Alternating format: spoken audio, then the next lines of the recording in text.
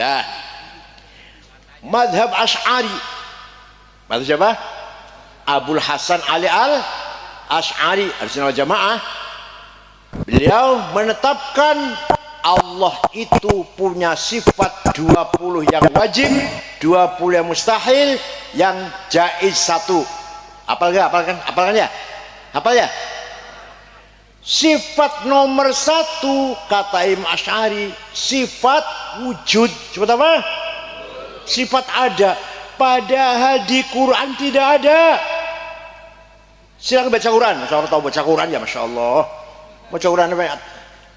Al-Fatihah, Kulhu, Falak, Nas, Alif Lam Mim, ayat kursi, Lam Samawat, La ilaha illallah, Allahumma shalli Muhammad, tahlil berkat. Kalau sampai baca Quran tidak ada ayat yang secara eksplisit bunyinya Allah itu ada, nggak ada. Jadi kalau Allah itu mendengar melihat, ada nggak? Innallaha sami'un basir, melihat, mendengar.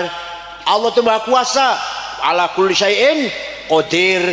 Allah maha mengetahui segala sesuatu, bi kulli syai'in alim. Paham ya? Allah itu hidup, hayyun qayyum, ada di Qur'annya tuh. Tapi Allah itu ada, innallaha wujud, nggak ada ayat bunyi gitu. Ayo sekarang tanya, jadi Allah ada apa tidak? Qurannya nggak ada loh, Qurannya. Betul, di Quran nggak ada Allah wujud, nggak ada di Quran. Kata Imam Asy'ari, kata siapa?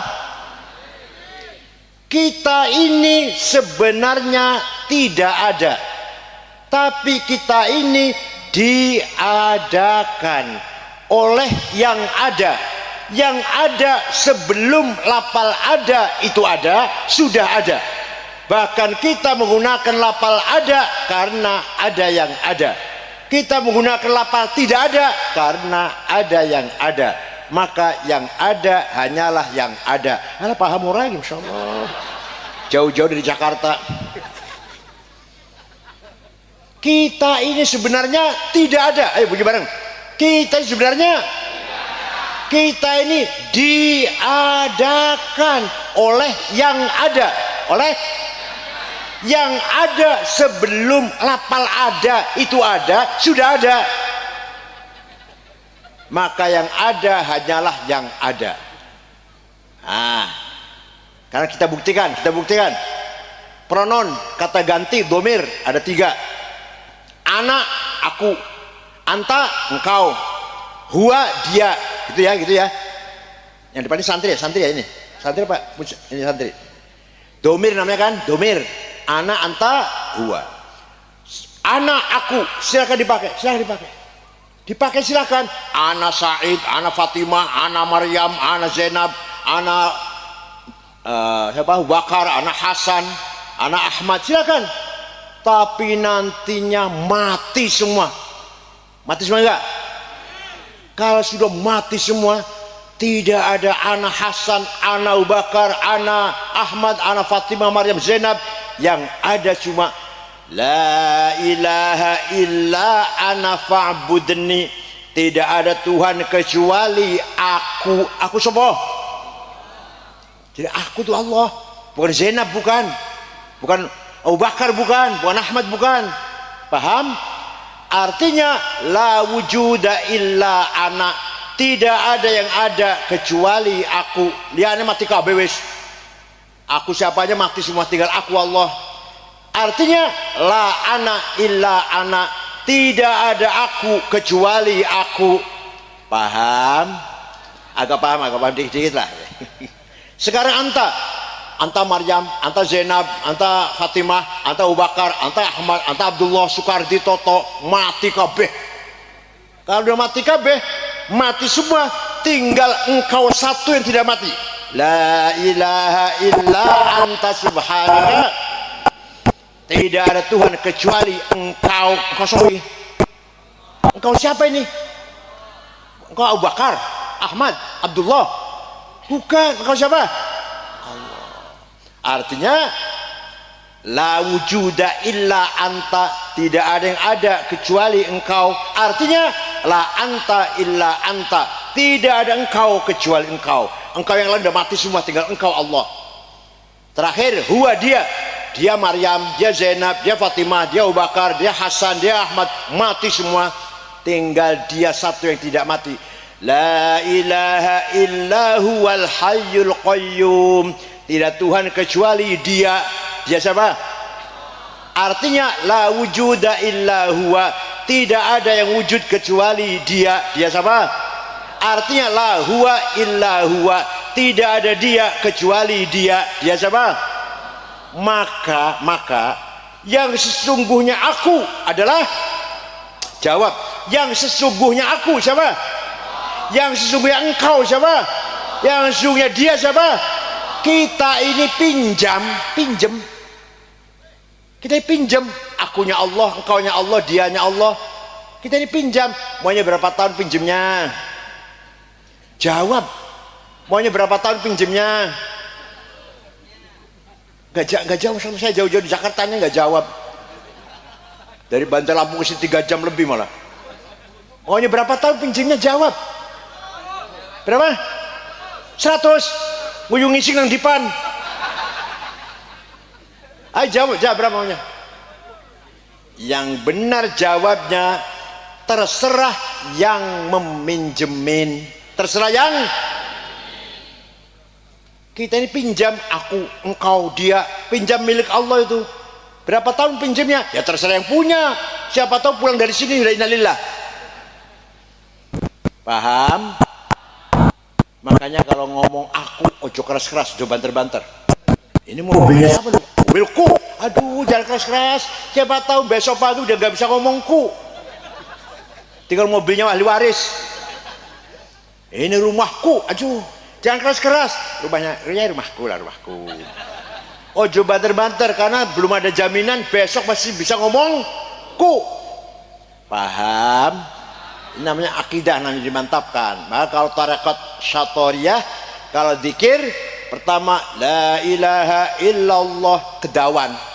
Siapa tahu la ilaha belum illallah udah mati kesabar petir. Jadi gimana? Illallah, illallah, illallah, kedawan. Siapa tahu otaknya ngelamun nang mall, pasar malam apa ilmu. Jadi singkat saja Allah, Allah, Allah, kedawan. Akhirnya apa dikirnya? Hu. Ada taruh ini, ada taruh kojol. Di sini ada taruh saturia. Ada ya? Taruh saturia itu yang dibawa oleh Syekh Rauf Singkel Aceh, ke Jawa dibawa oleh Syekh Muhyiddin Pamijahan Tasikmalaya, dan Benda Kerep. Kalau dikir terakhir puncaknya hu. Ngomong huwawe kedawan. Illallah kesuwen, Allah kepanjangan. Singkat saja, hu, dia. Paham? Udah. Ini contoh aja nih, contoh saja sedikit. Amanah yang kedua, agama. Agama yang kedua, syariah. Apa? Sholat 5 waktu, subuh 2 rakaat. Ada kiai waya kanan punya pendapat, habis istirahat 8 jam tidur, masa sholat cuma 2 rakaat? 4. Boleh enggak? Lagi tengah-tengah kerja, tengah-tengah dagang, tengah-tengah mencangkul, tengah-tengah kerja di kantor, sholat duhur 4. Kesuwen itu 2 saja. Kita oper yang 2 ke subuh. Kalau subuh baru istirahat kan, bangun tidur 4. Kalau duhur tengah-tengah kerja 2. Bisa kayak gitu? Bisa nggak? Nggak bisa. Tidak paten juga. Rasulullah pun nggak bisa, apalagi panjenengan. Paham? Nah maka ayo, Allah berfirman wa aqamas sholah, qiyamus sholah, iqamus sholah, membangun sholat, bukan mengamalkan sholat, bukan amalus sholah, tapi iqamus sholah. Apa? Membangun. Artinya apa artinya? Artinya suami sholat, istri sholat, anak sholat, mantu sholat, kakak adik sholat, ponakan sholat, satu keluarga sholat semua, namanya iqamus sholah. Tapi kalau sholat baru bapaknya saja, mantunya tidak, baru amalus sholah, belum iqamus sholah. Paham? Ibu Bupati sholat, sekda sholat, kapolres sholat, dandim sholat, kajari sholat, kemenang sholat. Kalau satu yang enggak sholat belum iqamus sholat. Maka dalam Quran dikatakan wa aqamas sholat, man amana billah wa yawmil akhir wa aqamas sholat. Qiyamus sholat, iqamus sholat, membangun, mendirikan sholat, bukan hanya amalus sholat. Paham ya? Nah, itu contohnya saja. Amanah itu yang amalan dari langit itu, sholat, puasa 30 hari, zakat 2,5% kalau memang kewajiban, pergi haji umroh kalau memang mampu. Nah, sekarang amanah yang kedua. Tadi saya bilang amanah ada berapa? Tadi agama suci, agama suci dari Allah langsung. Amanah yang kedua, amanah insaniyah, ardiyah, ijtimaiyah. Amanah kedua, amanah yang digagas oleh manusia untuk membangun kehidupan harus berubah. Bukan hanya boleh berubah, harus berubah. Gak boleh kita hidup sekarang seperti masa lalu, gak boleh. Pendidikan zaman sekarang seperti masa lalu, gak boleh, harus berubah. Paham? Sudah zaman laptop masih pakai tinta pen tool itu, harus ketinggalan itu laptop. Santri semua pegang laptop semuanya. Paham tidak? Itu namanya amanah insaniyah ardiyah. Ada dua, ada berapa? Satu, thaqafah, apa? Yang keras, apa? Peradaban, pendidikan. Maka Allah mempercayakan kepada insan, diberi kekuasaan di alam semesta muka bumi ini agar membangun pendidikan thaqafah. Ya Allah. Jadi Kiai Supandi dan Kiai yang lain mereka pesantren dalam menjalankan amanah Allah, amanah thaqafah. Amanah apa? Pendidikan, ilmu pengetahuan, budaya, administrasi, manajemen, kebersihan, kesehatan, semua namanya thaqafah namanya. Culture, scientific, ilmu pengetahuan, semua thaqafah namanya. Dulu umat Islam pegang thaqafah. Amerika belum lahir, Eropa belum maju. Islam di Baghdad tahun 160-an Hijriah dimulai tahun itu, dipimpin oleh Harun Rashid, diganti putranya Ma'mun, diganti adiknya Mu'tasim, diganti adiknya Al-Wathiq, diganti adiknya Al-Mutawakkil. 5 khalifah inilah yang membangun peradaban Islam. Disitulah lahir berbagai ilmu pengetahuan. Paham tidak? Nah, ini ceritanya nih. Quran ketika ditulis zaman Sayyidina Utsman gak bisa dibaca. Saya punya fotokopi di rumah, gak bisa saya baca. Untuk barokahnya saya simpen, tabaruk lah, cari barokah. Apa disampaikan? Quran yang ditulis zaman Sayyidina Utsman gak bisa dibaca karena tulisannya belum sempurna. Waktu zaman Rasulullah dan zaman sahabat tidak butuh tulisan Quran karena hafal semua. Panjenengan sampean hafal Fatihah? Butuh tulisan enggak? Enggak. Hafal kulhu? Butuh tulisan enggak? Enggak. Hafal enggak butuh tulisan. Para sahabat semuanya hafal Quran, tidak butuh tulisan. Nah, setelah umat Islam berkembang luas, baru Sayyidina Utsman menulis Al-Quran. Ringkas cerita, disebar-sebar bayi-bayi setiap kota. Ternyata banyak yang tidak bisa baca. Karena apa? Titik saja nggak ada. Ba, ta, nun, ya, polos, jim, ha, kho, sama saja, nggak ada bedanya. Dal, sama, ro, zai sama. Maka ada seorang ulama, ada seorang ulama namanya Abul Aswad Ad-Du'ali. Siapa? Yang keras, siapa? Ini bukan orang Yaman, bukan Ba'alwi, bukan. Betul.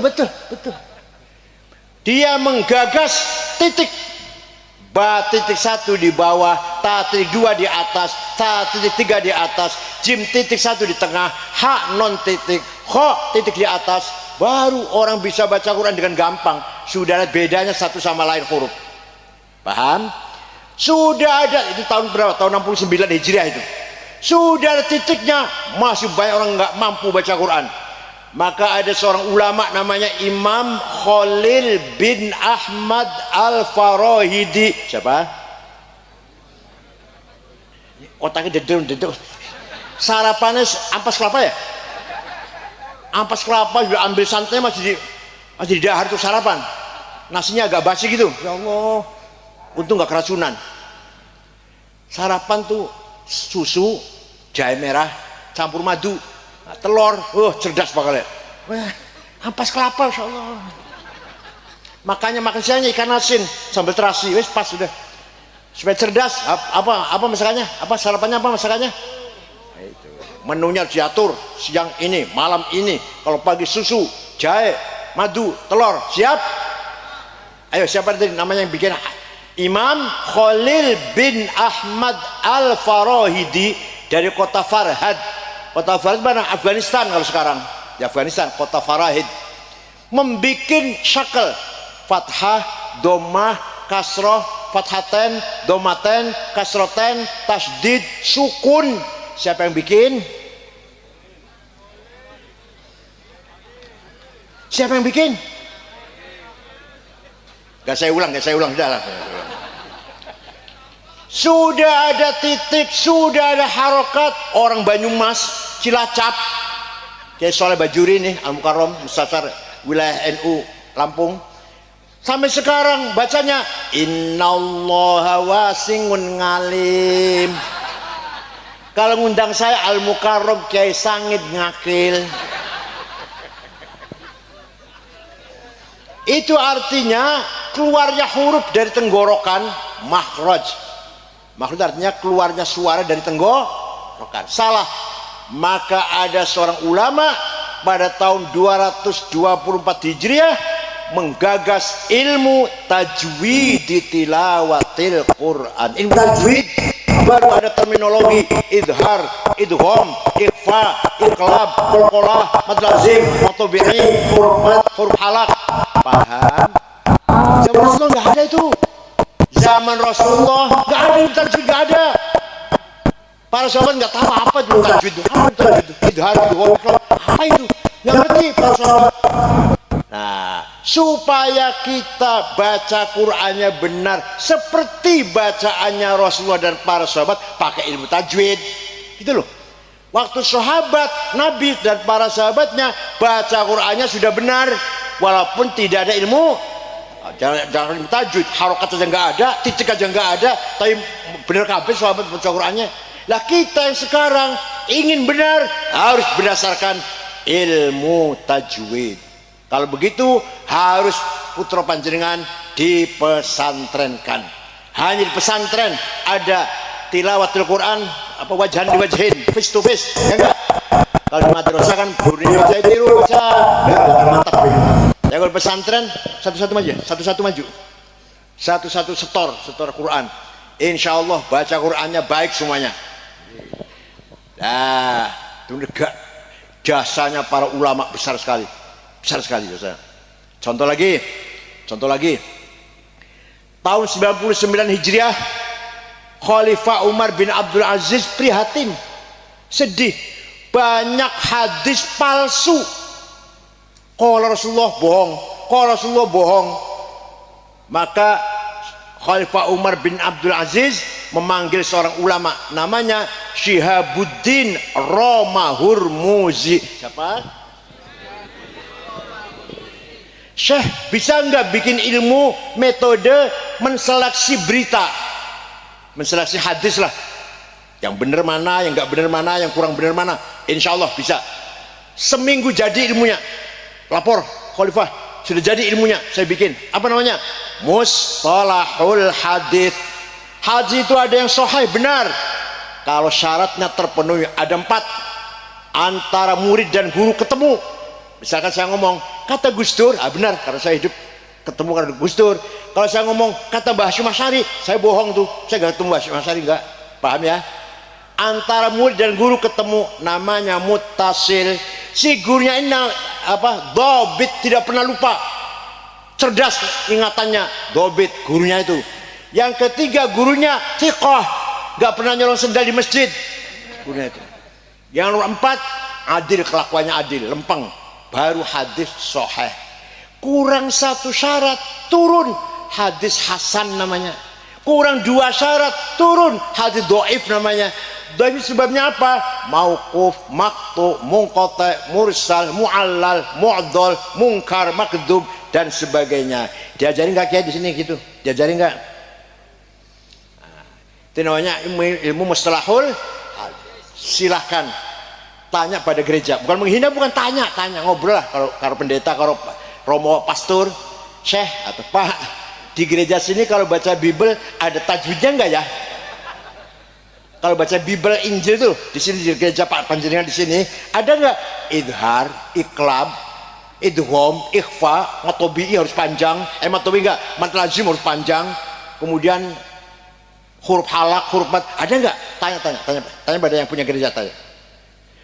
Di sini kalau menyaring berita ada nggak Pak? Ini berita ini benar, ini kurang benar, ini harus ditolak. Ada nggak Pak? Nggak ada. Hanya di agama Islam yang punya metode seperti ini. Paham? Agama Islam pun banyak pesantren yang masih mempertahankan ajaran ini. Masya Allah.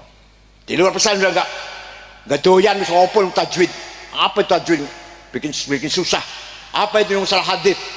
Udah hadis Bukhari pasti sahih, rawahu kalender. Rahu tanggalan sahih udah, nggak usah mikir pusing. Walhasil kalau kita ingin membangun thaqafah harus ada inovasi, berkembang, lebih maju lagi dari masa lalu. Itu namanya membangun thaqafah. Thaqafah juga amal dari Allah, tapi tidak paten, tidak harus begini, enggak, tidak baku, harus berkembang, harus berubah. Di antaranya pesantren berdiri, ada madrasahnya, ada komputer, ada latihan-latihan jurnalistik, ada latihan bahasa Inggris. Itu namanya lagi bangun. Thaqafah apa? Ya Allah. Dalilnya gampang dah, tahu semua dalilnya. Talabul ilmi faridatun ala kulli muslim. Pinter itu wajib. Apa? Kalau pinter wajib, bodoh itu dosa. Pinter, bodoh. Apalagi sekarang zaman medsos, AI, ya Allah, luar biasa tantangan. Kita nggak tahu 50 tahun yang akan datang seperti apa cucu kita. Sekarang udah kerepotan saya ini. Udah kalah. AI itu bisa memanipulasi, bisa adu domba, bisa fitnah. Ada gambar saya pidato ngomong, gambar saya apa isinya? Iklan obat kuat. Betul. Sama adik saya dari Cirebon, Mustafa Akil, telepon saya. Kenapa sih ikut-ikutan? Bukan saya, bukan. Itu AI namanya. Terus saya perintah asisten saya, lacak, take down, hapus. Alhamdulillah hapus. Pernah lagi saya jalan-jalan di Plaza Indonesia, rame Plaza Indonesia rame, toko-toko barang mahal.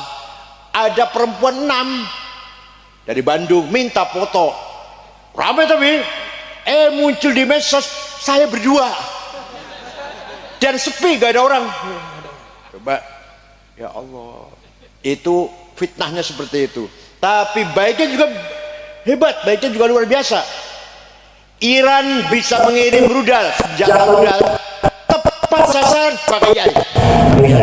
Mariara, markas tentara, markas Mossad, gudang senjata, gudang logistik, kantornya Netanyahu, pas sasaran. Itu pakai AI itu. Dulu Saddam Hussein di Irak sering kirim rudal ke Israel, nggak pernah tepat, belum ada AI. Masya Allah. Oh, jangan ketinggalan ya. Namanya apa? Thaqafah. Apa namanya? Pesantren dibangun administrasi yang baik, manajemen yang baik, tertib administrasi, aturan yang harus ditaati. Tapi nggak usah galak. Guru atau kiai di sini pesantren nggak usah galak sama santrinya pakai apa? Pakai rotan, nggak usah, dibentak saja, dibentak kalau ada nakal. Jangan sampai digebukin ya. Itu semuanya menegakkan disiplin thaqafah di pesantren Darul Hikmah. Jadi kali lagi, pinter itu wajib, bodoh. Ayo ngomong bareng. Saya harus pinter. Saya tidak mau bodoh. Awas kalau tahun depan saya diundang ke sini lagi masih bodoh, awas. Tadi ulama tadi jasanya luar biasa. Ulama ahli tafsir pertama kali sengarang tafsir Imam Ja'far Ibnu Jarir At-Tabari 10 jilid pertama kali tafsir. Belum ilmu nahu Imam Sibaweh, grammarnya bahasa Arab, ilmu balaghah Amr bin Ubaid, ma'ani, bayan, badi', belum usul fiqh Imam Syafi'i, belum tafsir hadis, ilmu kalam, tarikh. Itu namanya thaqafah Islamiyah. Darul Hikmah, ya Darul Hikmah ya. Darul Hikmah harus membangun thaqafah. Santrinya pintar-pintar. Enggak cuma amin ya. Saya bukan dongak, bukan dongak. Pesantri mana? Darul Hikmah, perempuan laki-laki harus pintar-pintar. Nah, siap itu baru siap. Jangan amin, aku orang dongak orang pun amin. Harus pintar-pintar, cerdas-cerdas. Siap. Nah, yang kedua, masya Allah. Kalau saya bicara satu lagi saja biar tahulah ilmunya pesantren. Di pesantren diajari apa? Kategori 10, makulatil asyarah. Hanya kadang-kadang kayaknya nggak paham, kayaknya tuh nggak paham.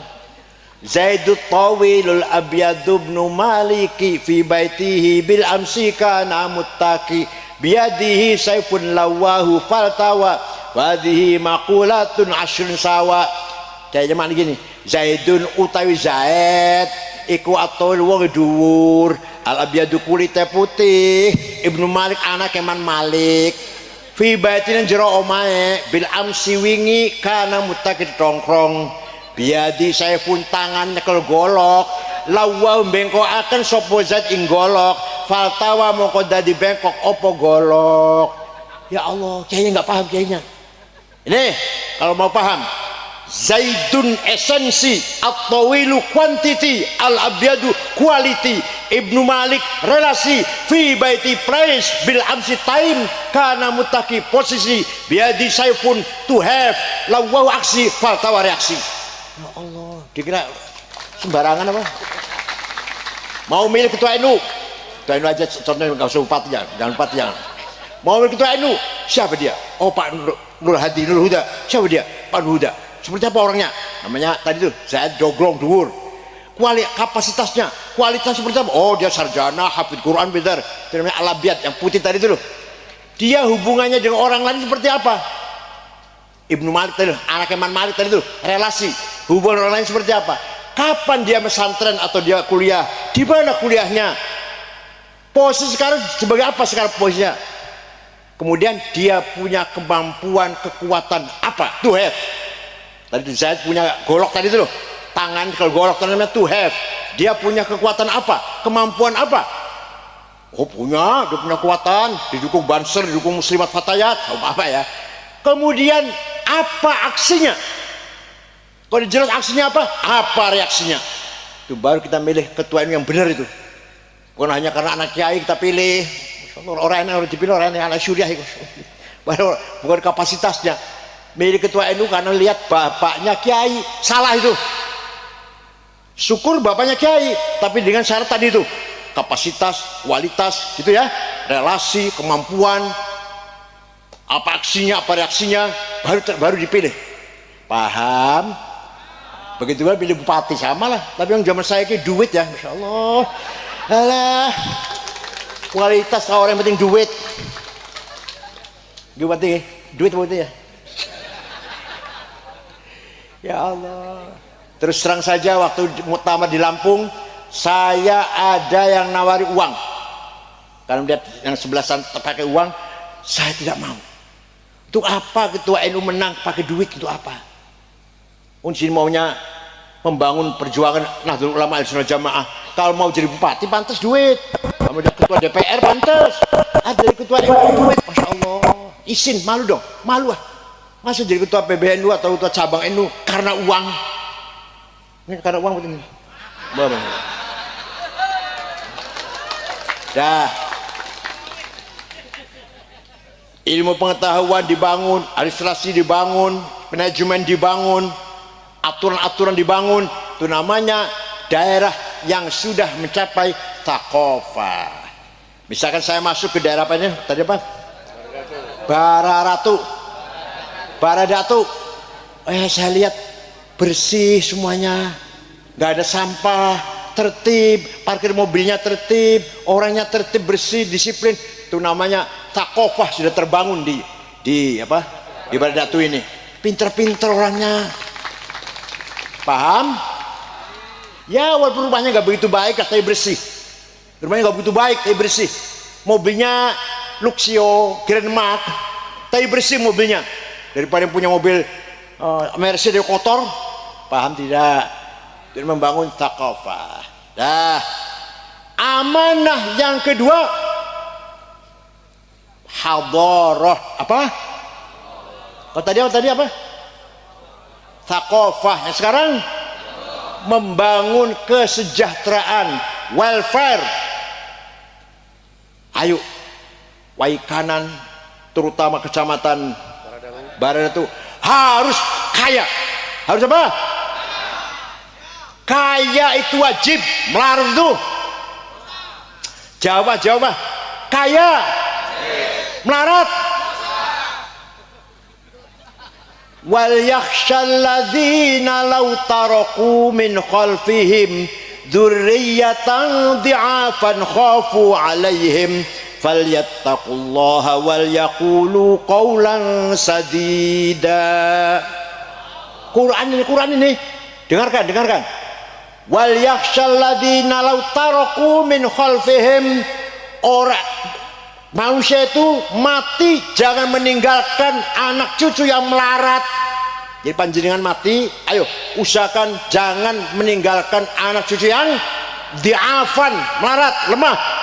Usahakan kita mati meninggalkan harta yang cukup dinikmati oleh anak cucu. Perintah Quran itu. Nanti sampai mati anaknya udah di rumah, tidur di kuburan. Ini kan sopo ini anaknya Pak Ahmad, sudah pada di kuburan, udah di rumah.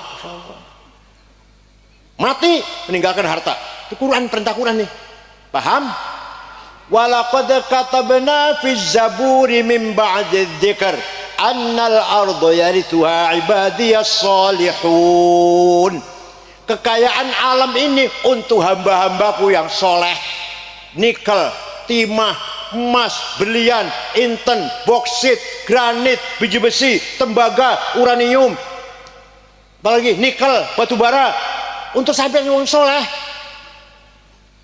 Tapi saya lihat masya Allah, orang kaya di Indonesia ini 50 orang, nomor 1 Prayogo Pangestu, duitnya 150 triliun. Nomor 2 Budi Hartono yang punya BCA, yang punya rokok Jarum 950 triliun. Nomor 3 Eka Cipta Sinarmas 750 triliun. Nomor 4 Antoni Salim Lim Siliong. Nomor 6 Khalil Tanjung yang punya TV Trans 7 itu.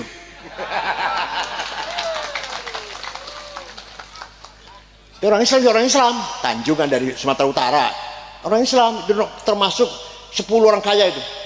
Nomor 39 Haji Rashid Kalimantan Tengah. Nomor 40 Haji Muhammad Bayu yang punya Bluebird, taksi Bluebird di Jakarta. Itu orang kaya Islam nomor 40 itu. Tak golei orang NU kanan nggak ada. Samsuri, Padrais, Zulkifli, nggak ada. Jumadi, Solikin, nggak ada. Pada Quran apa kata Allah firman biaya firmannya, saya tetapkan kekayaan alam ini untuk hamba-hambaku yang. Ayo siapa yang salah? Yang salah siapa? Allah sudah menciptakan bumi ini subur makmur, Indonesia ini batu bara ada, sawit subur, apa subur, tapi sampean melarat. Yang salah siapa? Bisa Allah salah. Yang salah Allah. walaqad karramna bani adam wa hamalnahum fil barri wal bahr warzaqnahum minat thayyibat wa faddalnahu ala katsirin mimman khalaqna tafdila. Saya hargai Bani Adam, manusia. Saya diberi kehidupan di muka bumi dan saya beri rezeki yang baik-baik, minat thayyibat, dan saya unggulkan manusia itu daripada makhluk-makhluk yang lain. Ya Allah, paham? Mulai besok harus kaya ya. Ya, ayo. Saya harus kaya. Saya tidak mau melarat. Awas kalau tahun depan saya diundang lagi masih melarat, awas. Sayyidina Utsman bin Affan, siapa? Salah satu sahabat yang sudah dikasih tahu pasti masuk surga. Orang 10. Abu Bakar, Umar, Utsman, Ali, Sa'ad, Sa'id, Tolhah, Zubair, Abdul bin Auf, Amir bin Jarrah. Orang 10 udah dikasih tahu, kamu orang 10 pasti masuk surga. Termasuk Sayyidina Utsman. Begitu Sayyidina Utsman orang yang pasti masuk surga, pernah sedekah gandum gak dihitung, yang jelas diangkut oleh 700 onta, gak dihitung berapa karung, gak dihitung berapa karung nyantah, pokoknya yang ngangkut itu 700 onta yang diangkut itu. Sahabat kaya loman. Ayo panjenengan pernah sedekah berapa karung? Jawab, tak ketawa. Ditanya ke malah ketawa. Jawab, pernah sedekah beras berapa karung?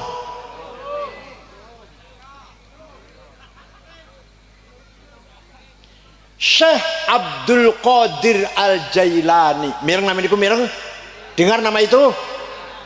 Orang Baghdad, wali kutub. Wali kutub ada 4. Wali kutub ada pilar, patok, kutub patok ada 4. 1 Syekh Abdul Qadir Al-Jailani, 2 Syekh Abil Hasan Asyadili, 3 Syekh Hasan Ar-Rifai, 4 Syekh Said Ahmad Badawi. Syekh Abdul Qadir Al-Jailani suatu hari ziarah kubur, datang kubur Imam Syafi'i di Mesir. Dari Irak, Baghdad, pergi ke barat ke Mesir. Syekh Abdul Qadir Al-Jailani wali ziarah kubur ke Imam Syafi'i. Orang Waikana ada yang baru SAG, Masya Allah, SAG, orang gelem ziarah kubur. Kampungan katanya, ziarah kubur itu kampungan. Ente baru SAG, sekolah tinggi Islam swasta, dosennya sering mencret, awakmu sering bolos, bayar 15 juta di wisuda SAG, gak mau ziarah kubur, kampungan. Syekh Abdul Qadir Al-Jailani, salah seorang wali kutub, repot-repot, capek-capek dari Baghdad menuju ke Mesir. Apa tujuannya apa? Ziarah kubur dan Imam Syafi'i, dusun Fustot di Kairo sana, Kairo. Di situ ada kuburan Imam Ibnu Hajar Asqalani yang nyarahi Al-Bukhari, Fathul Bari. Ada Imam Zakaria Al-Ansari yang Al-Fathul Wahab, dan kiai-kiai yang lain lah di situ kuburannya. Setelah ziarah cukup, Imam Syabdul Qadir Jalani melihat penduduk daerah Fustot, namanya desa Fustot, penduduk Fustot melarat-melarat, banyak yang tidak punya rumah. Maka Syekh Abdul Qadir Al-Jilani segera beli tanah 10 hektar, diwakafkan untuk masyarakat dusun Fustot yang tidak punya rumah. Sampai sekarang, Mbak, pinter ya sugi loman tuh loh. Pinter ora, sugi ora, loman ora, kendel ora, oleh sebuah.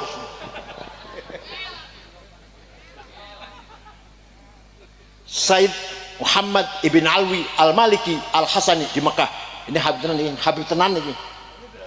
Habib tenan ini. Wafat tahun 2006. Santrinya 700, termasuk anak-anak Mbah Mun, semuanya masuk situ semuanya. Santrinya 700, ditanggung gratis, makan, minum, pakaian, kebutuhan, sakit diobati, pulang ditiketi. Itu Said Muhammad tuh. Ada enggak kiai di kanan gratiskan jamin santrine? Jawab kok ketawa jauh. Ada tidak? Mudah-mudahan ada ya, nggak lama lagi lah. Masya Allah. Karena kaya. Coba kalau melarat gak bisa kan? Bangun masjid pakai uang, bangun pesantren pakai uang, menghormati tamu pakai, pergi haji melaksanakan rukun Islam yang kelima pakai. Masya Allah. Jadi uang itu penting banget, uang itu penting banget. Dah. Saya kalau melihat ulama Tunis, Maroko, Iran, kalau Saudi jelas negara kaya itu sih. Ini ada Tunis, Iran, Maroko. Kiai-kiainya itu Masya Allah, mobilnya Caprice, Cadillac, Plymouth, Chrysler, bukan Luxio, bukan. Gagah ulamanya itu. Ayo kita bangun ekonomi kebaikanan, terutama warga NU-nya ini. Bila perlu ketua NU, jasnya lebih mahal daripada bupati. Bikin jas dari Waldormill, England, semeter 12 juta. Sepatunya lebih baik daripada sepatu bupati atau ketua DPRD. Sepatunya Hermes selama juta. Apalagi pulpennya Montblanc 15 juta. Kacamata Cartier 45 juta. Tasnya Gucci 75 juta. Jangan tasnya kiai Masya Allah dudu merek apa-apa. Ono tulisan di pojok musyawarah majelis ulama baikanan. Minyak wanginya Jo Malone Bulgari itu 5,5 juta. Louis Vuitton 6 juta itu. Jo Malone 4 juta. Ayo kiai kira gitu minyak wanginya. Bersama dengan kawinnya misik ya Allah. Sandale lili. Paham tidak? Mobilnya Mercy, Audi gitu loh. Alphard minimal, Alphard lah minimal itu. Jangan Luxio, Grand Mark. Paham tidak? Atau panjenengan wis orang ketua NU, panjenengan harus punya baju 7 setiap hari, harus ganti setiap hari. Sarung 7 setiap hari harus ganti. Satu saja nggak mungkin suci. Ke pasar, ke comberan, ke kuburan, ke masjid nggak ganti gitu. Baju berapa? Minimal berapa? Baju berapa? Tuh, sarung, kaos dalam, celana dalam, kopiah, sandal.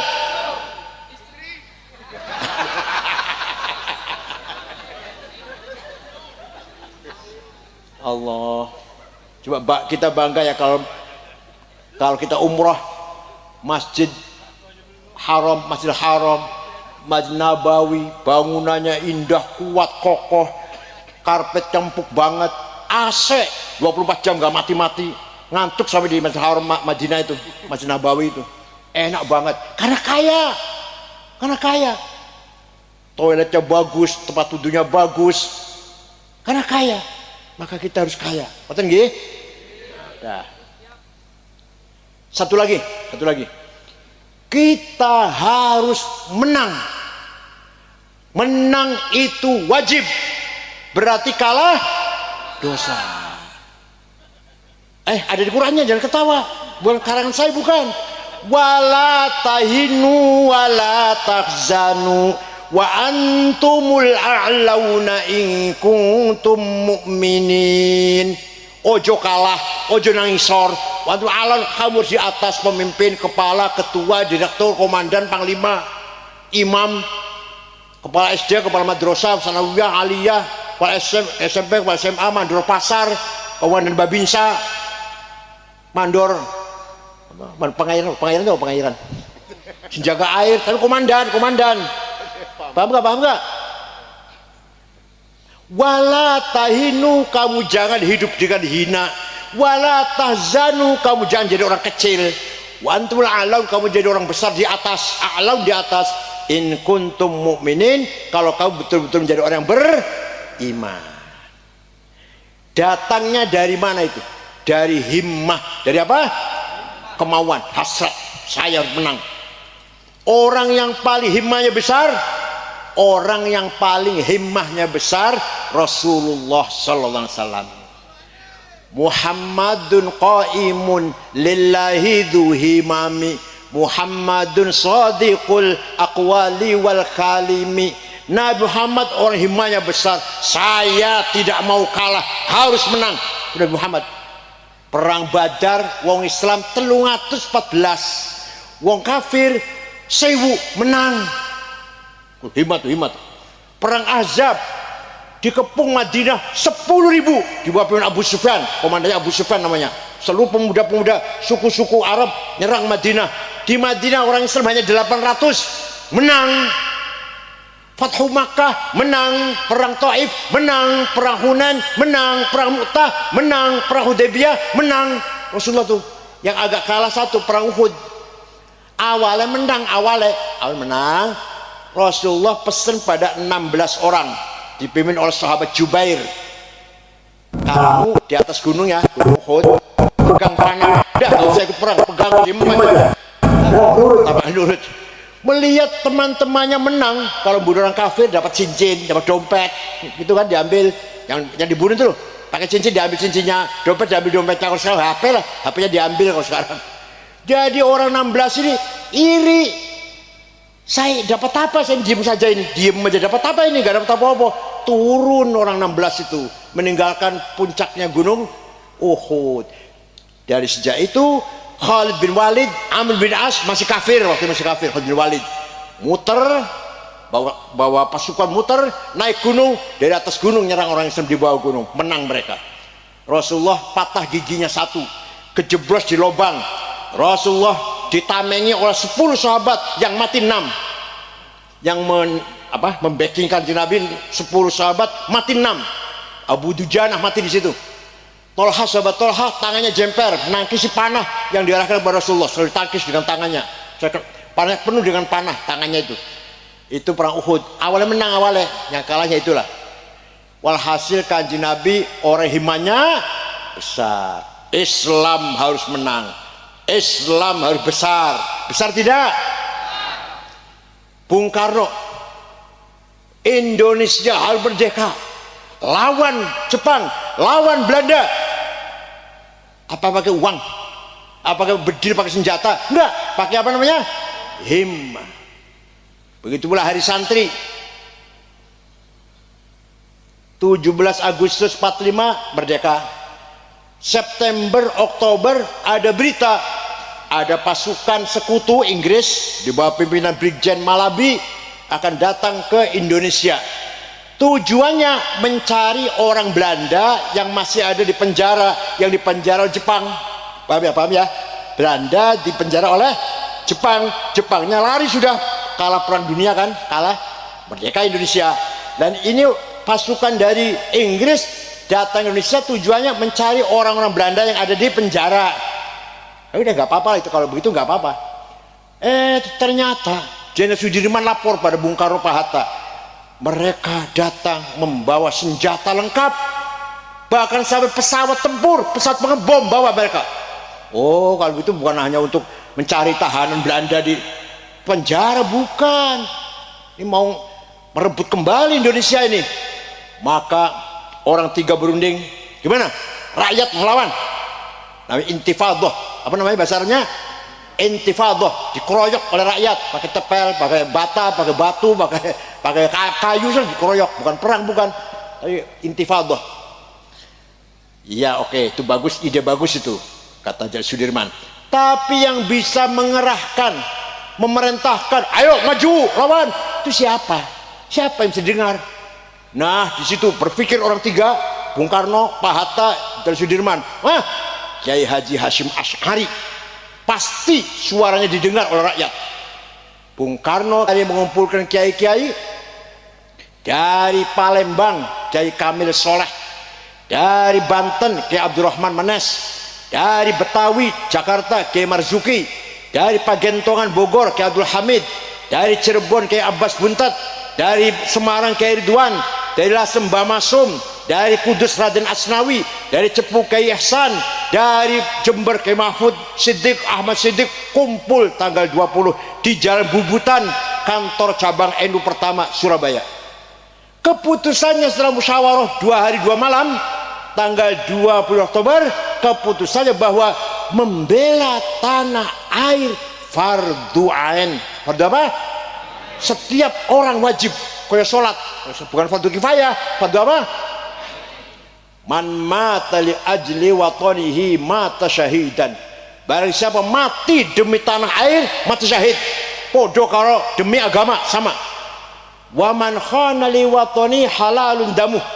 Barang siapa khianat kepada tanah airnya, jadi anteknya Belanda, jadi anteknya Jepang, bunuh. Walaupun Kiai Hasyim nggak mengatakan kafir, nggak sembarangan ngomong kafir, nggak sembarangan, nggak kafir, tapi dia bugat namanya, boleh dibunuh. Ada orang Islam dari secunguknya Jepang, mata-matanya Jepang, mata-mata Belanda, bunuh. Paham ya, paham ya? Itu fatwanya Hasyim Asy'ari tanggal 22 Oktober tahun 1945, terkenal dengan resolusi jihad. Nah, Presiden Jokowi waktu pertama jadi mau maju presiden pertama kali janji kalau saya menang akan ada hari santri. Udah menang. Setelah menang, presiden mau menentukan hari santri tanggal 1 Muharram. Saya menghadap, saya, Pak, salah kalau 1 Muharram. Kalau 1 Muharram ini hari apa? Tahun pertama, hari tahun pertama Hijriah miliknya orang Islam sedunia. Awal Muharram, awal tahun Hijriah miliknya orang Islam sedunia. Kalau hari santri apa yang paling ciri khas santri? Tanggal 22 Oktober. Artinya Presiden Perintah Menteri Agama Lukman Saifuddin akan mengadakan FGD, pertemuan diskusi seluruh ormas Islam diundang. Umat Islam seluruh diundang di Hotel Salak Bogor. Narasumbernya Azwadi Azra almarhum Profesor Doktor, saya dan di pesantren Ali Drus. Jam 2 mulai diskusi sampai jam 8 malam semua setuju usulan saya tanggal 22 Oktober. Paham betul? Waktu itu perang itu santri yang mati juga banyak. Jombang, Mojokerto, Pasuruan, Surabaya, Sidoarjo, Gresik, Bangkalan, yang mati kurang lebih 20.000, tapi kita menang. Brigjen Malabi komandannya, mobilnya meledak, Malabi mati, supirnya mati, ajudannya mati. Yang masang bom di mobilnya Malabi bukan tentara, santri Tebuireng, namanya Harun. Hanya sayang Harun nggak lari, malah ingin mendekat, ingin tahu hasilnya kayak apa. Dikira mercon apa? Begitu dar, Malabi mati, supir mati, mati, Harun pun wafat syahid. Diganti oleh Brigjen Mansrah, namanya Mansrah, di Jembatan Merah mati lagi, dibunuh lagi. Walhasil kita menang, walaupun kita korbannya banyak.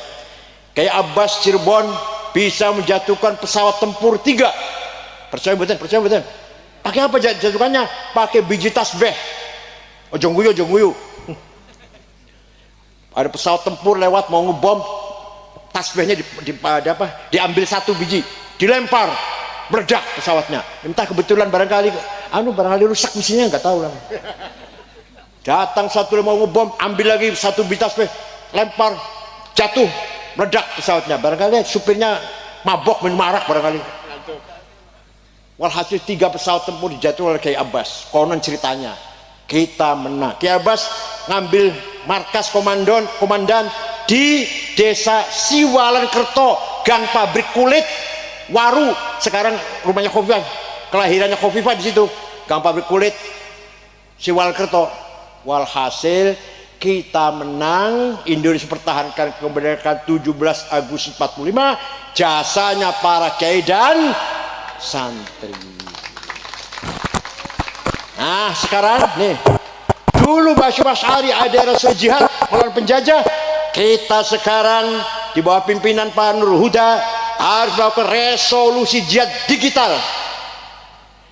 Pengurus NU, kader NU harus paham IT, paham AI, paham medsos. Karena penjajahan sekarang lewat medsos. Wahabi lewat YouTube, ajaran Wahabi radikal, teroris lewat YouTube. Itu sekarang jajahannya, itu penjajahnya. Oleh karena itu sekarang di zaman sekarang NU harus melakukan resolusi jihad apa? Digital, jihad apa? Jihad cyber, medsos, YouTube, puasa itu. Masya Allah. Alhamdulillah sih, alhamdulillah di YouTube ceramah saya juga banyak ya. Lihat nggak? Nah, tapi kalau setelah selesai ceramah saya iklan obat kuat, Masya Allah. Kalau panjenengan nonton iklan obat kuat, ada gambarnya orang lagi zina, dia panjang nonton, panjang lihat, di akhirat sampai jadi saksi bakal. Ayo kenal ya orang, jadi saksi bakal sampai. si A dan si B zina, sampean melihat ya, jadi saksi nih, gitu. Jangan sembarangan lihat film kayak gitu, nggak dikira nggak dosa apa, jadi saksi di akhirat nanti, karena sampean melihat kan. Paham tidak? Maka kita harus menang, kita tidak boleh kalah. Ayo, saya harus menang, saya tidak mau kalah, saya harus pinter, saya tidak mau bodoh, saya harus kaya, saya tidak mau melarat. Setelah itu terakhir, mari kita bangun akhlakul karimah. Muhammadun qaimun lillahi dzuhimami, Muhammadun sadiqul aqwali wal kalimi. Nabi Muhammad wajib sidik, jujur selama hidupnya, tidak pernah bohong. Kalau andai kata Nabi Muhammad pernah bohong sekali saja, dilaknat oleh Allah. Kalau pernah bohong sekali aja. Ada yang ngomong sama saya, Nabi Muhammad wajib sidik karena Nabi, nah awake dhewe dudu Nabi, jadi paham nggak? Paham nggak? Nabi Muhammad wajib jujur karena Nabi. Kalau saya bukan Nabi, jadi nggak harus jujur, nggak harus jujur, nggak gitu. Sifat sidik, sifat jujur sangat prinsip dalam kehidupan ini. Begitu hilang sifat jujur, minyak goreng hilang. Kenapa itu? Kenapa? Tidak ada sifat. Paham boten? Nggak usah negara lah, nggak usah negara. Rumah tangga saja. Suami tidak sidik, istri ribut, ya enggak? Istri tidak sidik, suami. Kira-kira yang sering tidak sidik suami apa istri ya?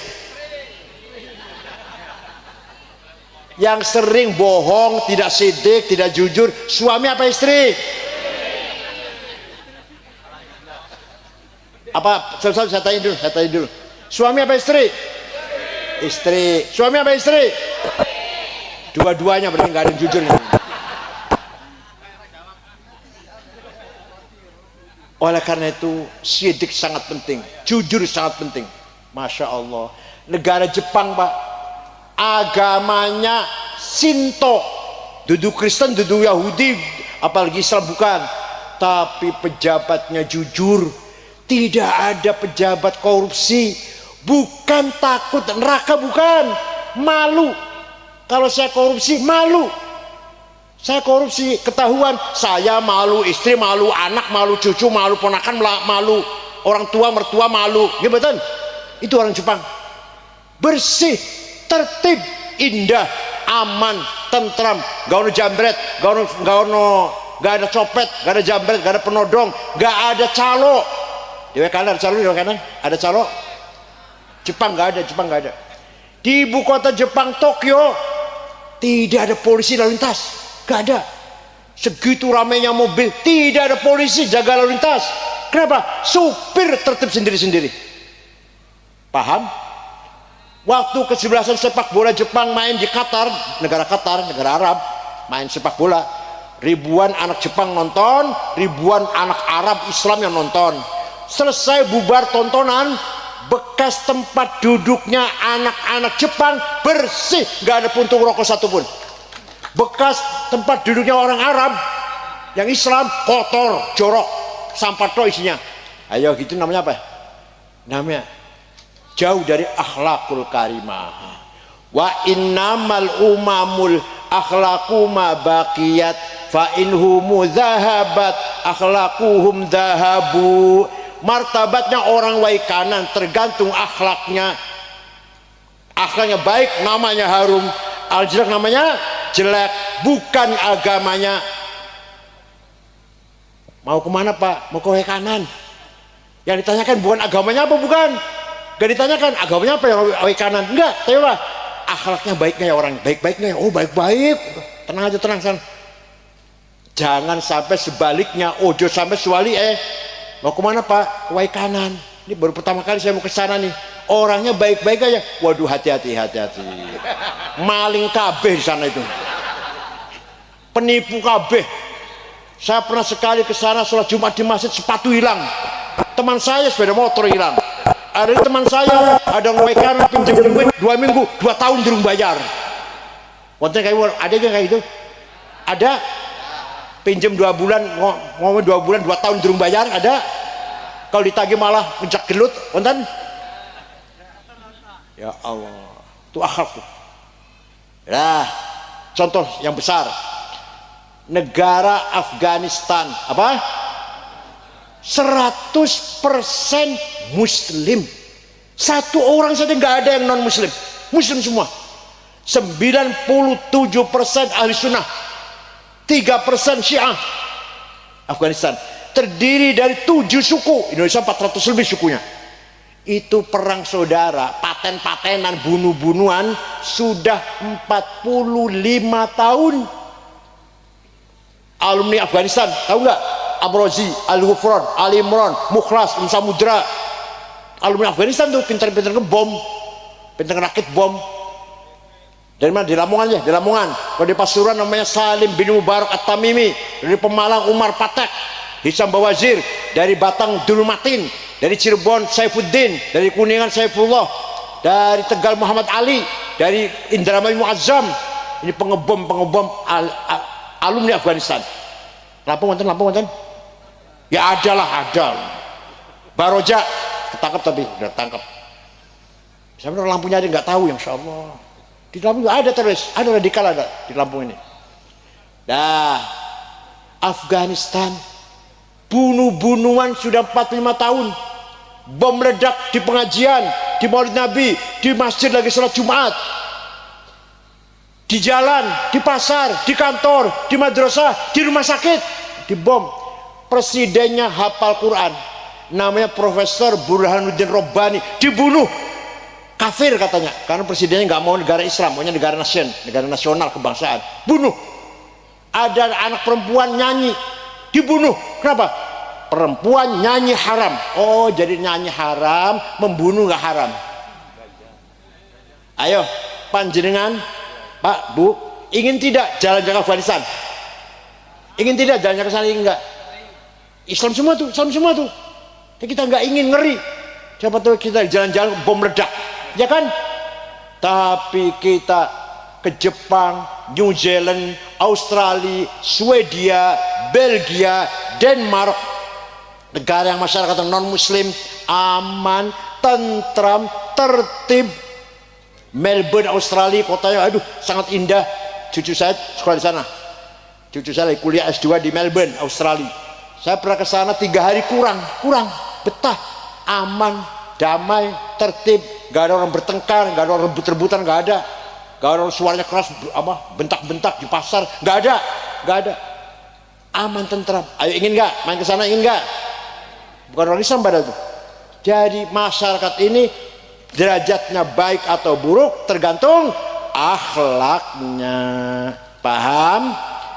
Terakhir satu kali lagi, saya mau contohkan akhlaknya Rasulullah. Siap niru enggak? Kalau siap niru saya dongengkan, kalau enggak siap.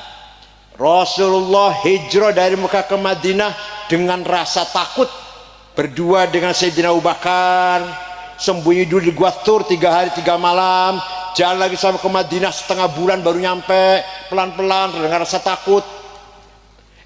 Setelah 8 tahun, setelah berapa?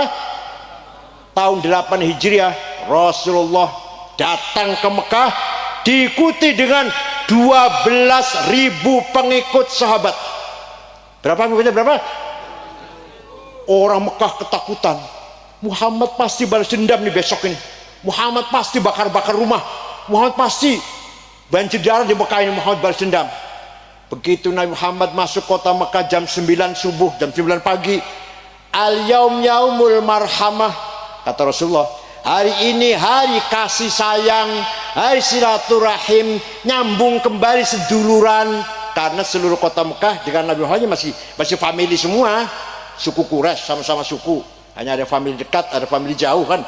Hari ini hari marhamah, tidak ada balas dendam. Saya maafkan semua yang dulu melempar batu pada saya maafkan.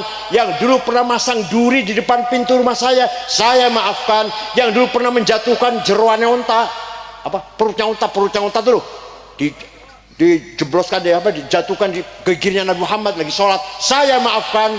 Yang dulu membunuh sahabat Sumayyah, saya maafkan. Yang membunuh sahabat Yasir, saya maafkan. Yang menyiksa Sayyidina Bilal di padang pasir dijemur di bawah matahari 55 derajat Celcius, saya maafkan. Yang menyiksa sahabat Yasir, Ammar bin Yasir, saya maafkan. Yang menyiksa Suhaib Ar-Rumi, saya maafkan. Begitu Rasulullah memaafkan, orang Mekah keluar dari rumah berbondong-bondong masuk Coba, belum ceramah, Nabi Muhammad belum ceramah, baru menunjukkan akhlaknya yang mulia. Orang dari Islam semua. Seperti Kiai Supandi nih, gak bisa ceramahnya, gak bisa ceramahnya. Kata orang bisa ceramah ya, gak bisa ceramah ya. Tapi orang segen semua tuh, karena akhlak yang mulia. Gak seperti saya tukang pidato, tapi akhlaknya gak bener. Ada kiai sepuh gak bisa ceramah, gak bisa pidato.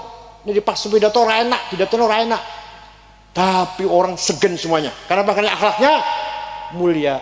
Rasulullah belum ceramah, belum dakwah, baru mengambil keputusan, saya maafkan semua. Orang sudah masuk Islam semua. Wa ra'aitan nas yadkhuluna fi dinillahi afwaja. Muhammad lihat, wa ra'aitan nas, kamu lihat Muhammad, orang Makkah masuk Islam semua afwajan, berbondong-bondong. Setelah Rasulullah memaafkan, dipuji oleh Allah. Masya Allah. Mohon maaf, saya ini mantan ketua umum, yang muji saya banyak di medsos, muji banyak, tapi saya dipuji tidak sombong. Kenapa? Karena yang muji sama dengan saya, doanya wa asin, sambal terasi, pete, kalau udah kenyang lari ke WC. Ayo sampean dipuji karo wong padha karo sampean, ojo bangga, cuma muji padha karo sampean. Atau saya juga banyak yang mencaci maki, bahkan mengancam. 212 ngancam saya. Sampai rumah saya dijaga oleh polisi 2 orang sebulan atas perintah Kapolri Pak Tito waktu itu. Tapi saya dihina, dicaci maki, tidak takut. Kenapa? Karena yang mencaci maki saya sama seperti saya. Doyani wa asin, sambal terasi, jengkol, pete, neuswaru Melayu nang. Panjang itu, sama gitu ya. Caci maki orang dia, jangan takut. Podo wae, masa takut. Betul ya? Nabi Muhammad yang memuji Allah, bukan manusia, bukan. Fabima rahmatin minallahi lintalahum walau kunta faddan ghalidhal qalbi lan faddu min hawlik fa'fu anhum wastaghfir lahum wasyawirhum fil amr fa idza azamta fatawakkal 'ala Allah innallaha yuhibbul mutawakkilin. Muhammad, kamu baik, kamu santun, kamu ramah, maka mereka berbondong-bondong masuk Islam. Walau kunta faddan ghalidhal qalbi, seandainya kamu congkak, kasar, sombong, gak pentung, sweeping, takbir, seandainya kayak gitu, lan faddu min haulik, niscaya orang Mekah lari meninggalkan kamu, gak akan masuk Islam. Kalau kamu sombong, congkak, kasar, gak pentung, sweeping, takbir. Ada di sini, ada yang itu. Mereka ada yang itu, sweeping bawa tongkat takbir, gak ada. Sholatnya ning lapangan, tidurnya di masjid. Bener apa kebalik itu? Ngiler, ngeces, ngompol di Istiqlal, nunggu sholat Jumat besok. Malam ini nginep Istiqlal, sholat Jumatnya nanti di Monas. Kebalik betul. Yang bener tidurnya di lapangan, di emper, pinggir jalan, nunggu sholat besok Jumatan di Istiqlal. Yang bener itu. Sholatnya di masjid, tidurnya di lapangan. Ini enggak, sholatnya di lapangan, nunggu sholat di lapangan, tidurnya di masjid. Bener betul? Tapi ada orang rekannya ikut ya? Ikut? Enggak ada? 212 enggak ada? Awas kalau ada, awas. Coba, walau kunta faddan ghalidhal qalbi, seandainya kamu Muhammad kasar, congkak, sombong, orang Mekah akan meninggalkan kamu Muhammad. Fa'fu anhum, maafkan orang Mekah. Ya Allah, Kanjeng Nabi, saya maafkan semuanya, tidak ada balas dendam. Bukan hanya maafkan, wastaghfir lahum, mintakan ampun kepada Allah untuk dosa-dosanya orang Mekah. Allah fil ahli Makkah, Allah anzil alaihim rahmah, Allah anzil barakah kanjeng ndongake wong Mekah muga-muga dosa diampuni berkah hidupe dapat rahmat. Ayo mau sampeyan janji arep niru saged mboten? Tadi jam siap niru tadi. Orang yang nipu 5 juta sampean maafkan dan didoakan mudah-mudahan panjang umur, sehat afiat, waras bergas. Saged? Orang yang bawa lari sepeda motor sampe dibawa lari. Ya Allah, muga-muga diampuni dosane. Muga-muga waras, bergas, sehat, afiat, panjang umur. Saged ngoten niku saged?